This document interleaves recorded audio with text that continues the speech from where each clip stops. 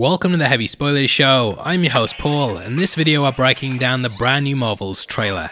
Brie Larson is back as Captain Marvel, and we're also seeing the big screen debut of Photon and Ms Marvel. In case you missed that show, it's centered heavily around Kamala Khan, getting one half of the nega bands that we see throughout this teaser. First introduced in the Captain Marvel comics, this allowed the titular character to swap places with Rick Jones. That idea of a body swap has very much been brought across here, with the three protagonists constantly switching places with each other. We see this in the introduction of the teaser, and we start off in space at the Saber base. Captain Rambo? What the hell are you doing? Entering the jump point perimeter. I'm gonna get you some readings, Fury. Hello? Monica. Hello?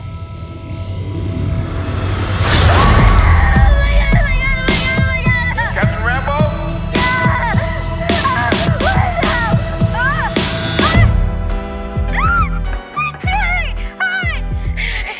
Is this an Avengers test? Where's Captain Rambo?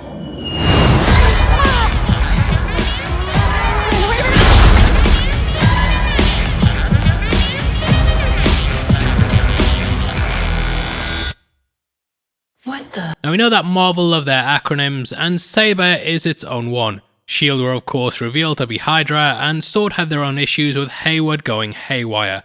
According to the plot synopsis sent to me by my man Mo from Streamer, Saber is now taking over everything, and the space station itself even looks somewhat like a sword and shield. I believe that this is actually based on the peak from the comics, which was a satellite station used to monitor Earth activity. Now on it we find Nick Fury, so I'm guessing he survived Secret Invasion. Spoiler alert. Now Nick has clearly been monitoring things from space, which is why we left him on a Skrull ship at the end of Far From Home. I'm guessing that he was trying to scout out a new place for them to live, but he was called back to Earth for Secret Invasion. There's actually a rising resistance on Earth who don't want to move, and instead they want to take the planet for themselves, which will probably be the thrust of that series.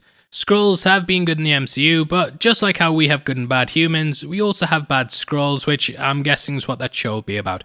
Now we see a ship flying in, and huge shoutouts to Ryan Airy for pointing out that this looks like the Cloak Kree ship at the end of Captain Marvel. He's done a great breakdown of all the characters and a recap of their backstory, so if you're forgetting what happened then definitely check out his video. Now we then see Monica in space, investigating a strange energy signature. I'm not too sure what this is, but it seems to be something that she can use her photon powers to tap into. Monica is able to transform herself and manipulate light frequencies, and she gets a costume more in line with her comic one at the end of the trailer. The black and white design can also be seen in those space stations too, possibly making this a uniform for Saber or S.W.O.R.D. One of them. Look, someone's going to kick off either way. Now this is also similar to the suit that she has in the Khan household, showing that it's all connected. Anyway, Photon was also called Captain Marvel at one point in the comics, and this is why the film itself is called The Marvels. We of course have Ms Marvel too, and there's even potential that Photon might gain the Captain Marvel at the end. That's a big time. Either way, Photon travels out to what's potentially a hex point, which we know are stationed throughout the galaxy to allow ships to warp from location to location. As she goes in closer to the one on the left, you might also notice there's one right behind her, linking up much like how the hex points in the MCU do.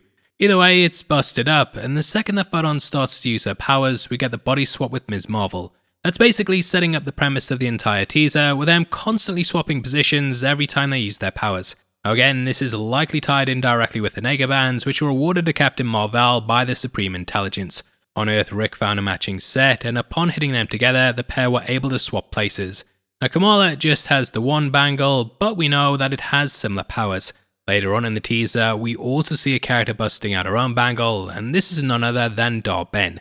This trailer sort of hides its villain, but we know from the cast list that she will be the one that the three have to fight off against. Bit of an MCU entanglement here. Are entangled. Well, don't tell Will Smith, but this is actually Zoe Ashton, who just so happens to be married to Tom Hiddleston.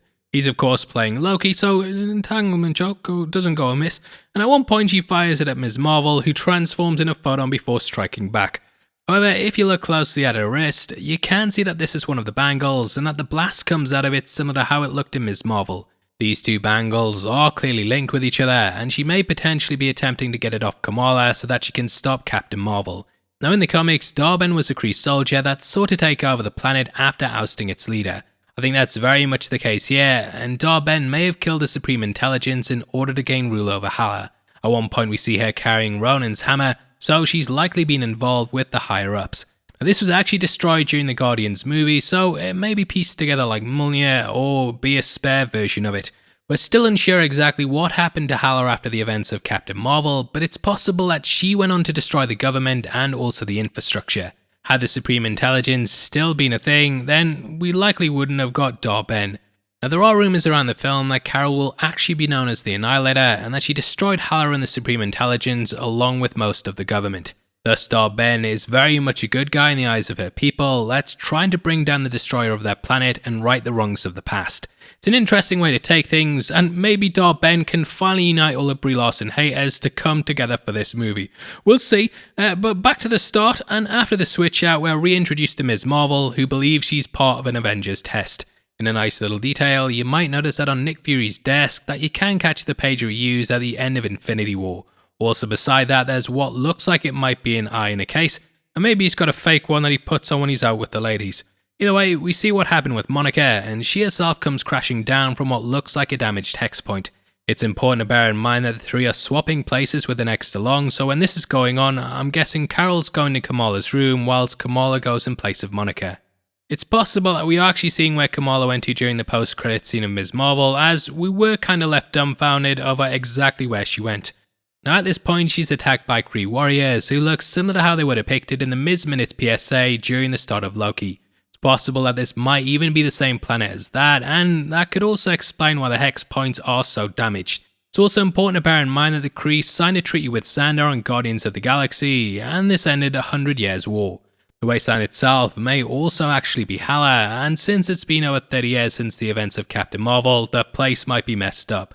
Anyway, we see her go to use her powers, which is when we cut to Carol busting through Ms Marvel's cupboard door. She's trapped in the Superstan's room, and we of course have all the posters up with the podcast that she's making on her computer. She also has an Iron Man toy in the dresser on the right, and right next to the PC, we can catch a homemade helmet. This scene was of course shown in full during the credits of Ms Marvel. I'm guessing that the whole thing is just being pulled across, similar to how we got Loki Season 2 at the end of Quantum Mania. We can catch the cover of Captain Marvel Volume 7 as well, and also a nod to Avengers Con from Episode 1 in the series. Sloth Baby Productions was the name of her YouTube channel as well, and we can also see sloths dotted about amongst the pictures.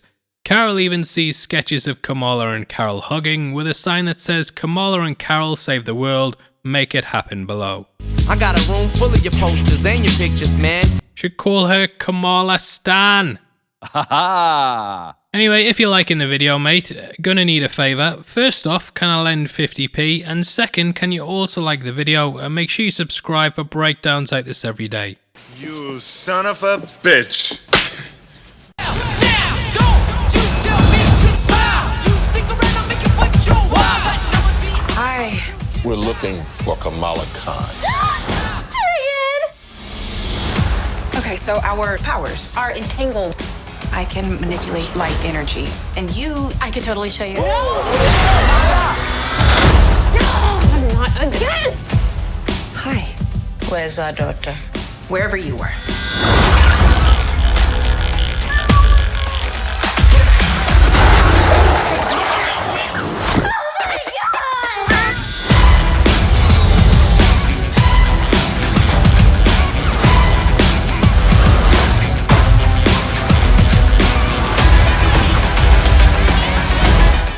Anyway, from here we cut to the Marvel Studios logo, which has Moon Knight and She-Hulk in it. Not sure if they were brought across to Quantumania because I haven't rewatched it, but let me know below if you know. Anyway, to fit in with the body swap idea, we see as the two words are now in opposite places before they swap back. Next we cut to New Jersey, and as Kamala Khan is from Jersey City, we once more travel to her home to see her dad opening up the door. Weirdly, there's a guy down the bottom with a gag over his mouth, tied up in chains, sat in a chair. Not sure who this is, but maybe he was robbing the place and Captain Marvel stopped him or some shit. Should be arresting the dad, if you've seen those headlines, mate. And Kamala is wearing the suit that she got at the end of the series, and we then see her sitting down with a tablet in her hands. This has her full ID and profile on it, so I'm guessing that this is basically from Fury telling her he knows everything about her. You might notice that the house is pretty bust up at this point as well, with someone clearly punching through a pillar. Again, I'm thinking this is Captain Marvel, and she then swapped back to Kamala, who we saw the aftermath of it with. Now it may also be Photon, and in the following shot we see her almost getting stabbed by a Kree stun stick. However, she phases out before it catches her, and the guy tied up might even be a Kree warrior who's been carrying this out. When she explains her power, she's also getting held up by a Kree with his suit on, possibly meaning that when she warps she pulls this one across. Kamala is also wearing some retro Captain Marvel covers on her t-shirt, and the one on the right looks like it's Captain Marvel 18. And at this point, Kamala goes to show off her powers, which is when she switches places with Carol. As for Kamala, she's now on a Kree ship, not too dissimilar to where the finale of Captain Marvel took place. Joined by Goose, we see the Flurkin going in full action mode, gobbling up the Kree like it did in that first film. Later on, we see a full flock of them, looking like adorable kittens running down the stairs. Careful though mate, they'll scratch your eye out, and from here we get a shot of the three travelling through space. As long as they are together, it doesn't matter too much if they swap places, as they'll be in a similar sort of area. You might also notice Monica's wearing a green flight jacket, and this is not too dissimilar to what her mother wore in the first film. Anyway, at one point they travel through another hex point and land at what looks like the fanciest seaside resort this side of South Shields. What do you mean it's been voted one of the top 5 worst places in England? That's where I bloody live, you! Anyway, according to the plot leaks, this is the planet Aladna, which pulls from the comics. The leaks actually say that on Aladna, Carol actually ended up marrying someone, and I'm guessing that she couldn't wait to get Aladna. Anyway, later on we see what appears to be this wedding ceremony, and I think it's going to be a pretty funny planet to visit. Feels like an Indian wedding with all the dancing and celebrations, and if you look at the crowd shot, you can see Carol, Monica and Kamala standing there. Kamala is wearing the same t-shirt that she has on the ship, making me think that it builds right off the back of that. The ship looks like it's going to be a big location too, with us getting Kamala running around a Kree soldier. If you look closely at her feet, you'll see that she creates platforms to run on, which is a power that she developed during the Disney Plus show. Next we cut to a sky shot and see Photon racing to catch up with Kamala as she plummets through the air. This looks like it's just above Jersey City, so potentially Carol went to fly out to get Kamala back after she warped into her parents' home. This then swapped their places, with Kamala returning to where Carol was, just above Jersey City.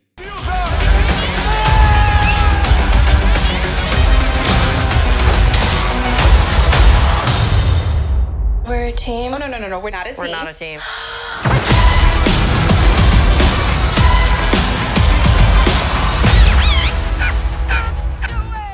Nick Fury then says shields up, because shields up in the air in space.